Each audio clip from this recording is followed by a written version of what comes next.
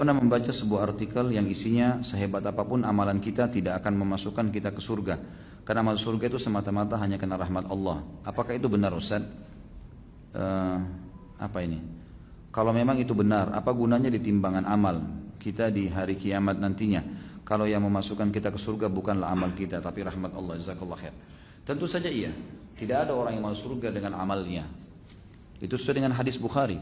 Nabi SAW yang mengatakan itu. Tidak ada seorang pun di antara kita yang masuk dalam surga dengan amalnya. Maka kata para sahabat, Anda juga ya Rasulullah? Kata Nabi SAW, saya juga. Tapi Allah telah memberikan rahmatnya kepadaku. Memang untuk masuk ke surga, rahmatnya Allah. Gitu kan?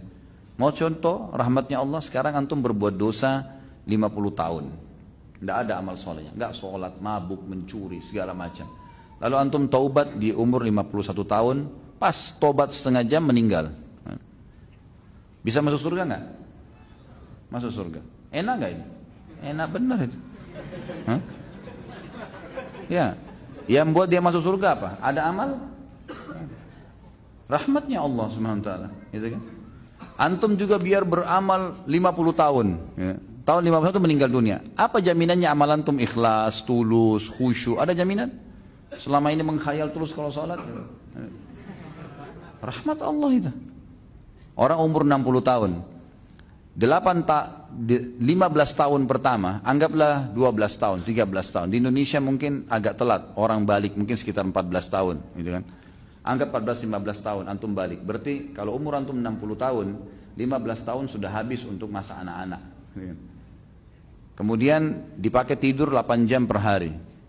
Kalau kali 60 dikurangi jumlah 24 jam per hari, kurang lebih 20 tahun antum habiskan untuk tidur. Berarti dari 40 tahun tadi, maaf, 60 jadi 45. 45 dikurangi 20, sisa 25. Waktu bekerja 8 jam per hari, habis lagi 20 tahun untuk bekerja. Sisa berapa umur antum untuk sholat malam, untuk ibadah, ya. Itu pun kalau orang tidak melalui maksiat, melalui amal terus, gitu kan.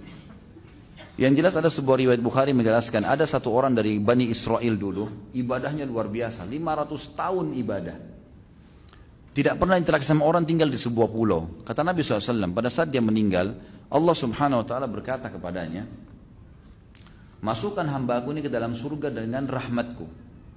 Lalu dia merasa 500 tahun ibadah, nggak ada dosanya menurut dia. Lalu dia mengatakan, ya Allah, amalku. Kata Allah SWT, rahmatku. Dia tetap bantah, ya Allah, amalku. Sampai 3 kali. Maka kata Nabi SAW, Allah pun berfirman kepada para malaikat, ambil nikmat matanya hambaku ini, timbang dengan seluruh amal yang dia kerjain. Mata dia pakai 500 tahun nih.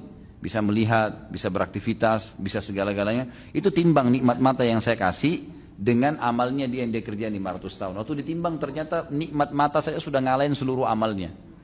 Belum nikmat telinga, belum nikmat segala-galanya nih. Banyak kalau nikmatnya Allah mau dihitung.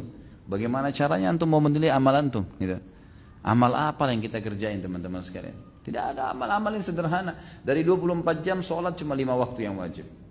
Kalau kita hitung 10 menit satu sholat berarti 50 menit. Masih ada 23 jam 10 menit. Antum bebas lakukan apapun. Rahmat Allah SWT. Baik, apa tujuannya ditimbang amal? Untuk menentukan derajat antum di surga. Antum ini derajat keberapa? Di pintu keberapa masuknya? Itu amal kita. Amal akan menentukan derajat nanti. Ya, derajat surga yang ke-100, tingkat yang 100 kah, tingkat yang pintu yang ketiga kah, derajat yang keberapa, itu amal kita yang menentukan nanti. Tapi kita masuknya dengan rahmat Allah.